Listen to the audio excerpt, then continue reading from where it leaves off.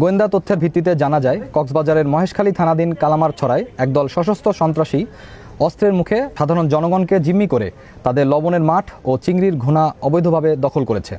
স্থানীয় জনগণের প্রতিবাদ করলে উক্ত সন্ত্রাসী দল বিভিন্নভাবে হুমকি দিয়ে জনমনে আতঙ্ক সৃষ্টি করে আসছিল।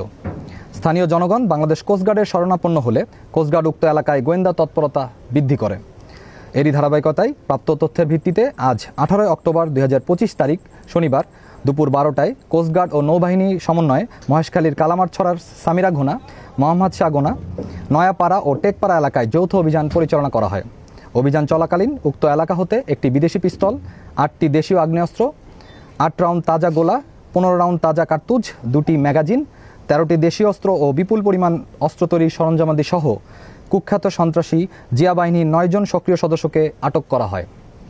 আটককৃত মোহাম্মদ আলী, মানিক, গিয়াসউদ্দিন, সালাহ উদ্দিন, শহীদুল, সবুজ ও আতিকুর রহমান কালামারছড়ায়, রিজওয়ান ও নাদিম উদ্দিন হুয়ানক ইউনিয়ন মহেশখালী থানার বাসিন্দা।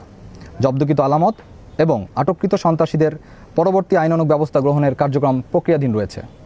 সন্ত্রাসী কর্মকাণ্ড নির্মূলে বাংলাদেশ কোস্টগার্ড ভবিষ্যতেও এ ধরনের অভিযান অব্যাহত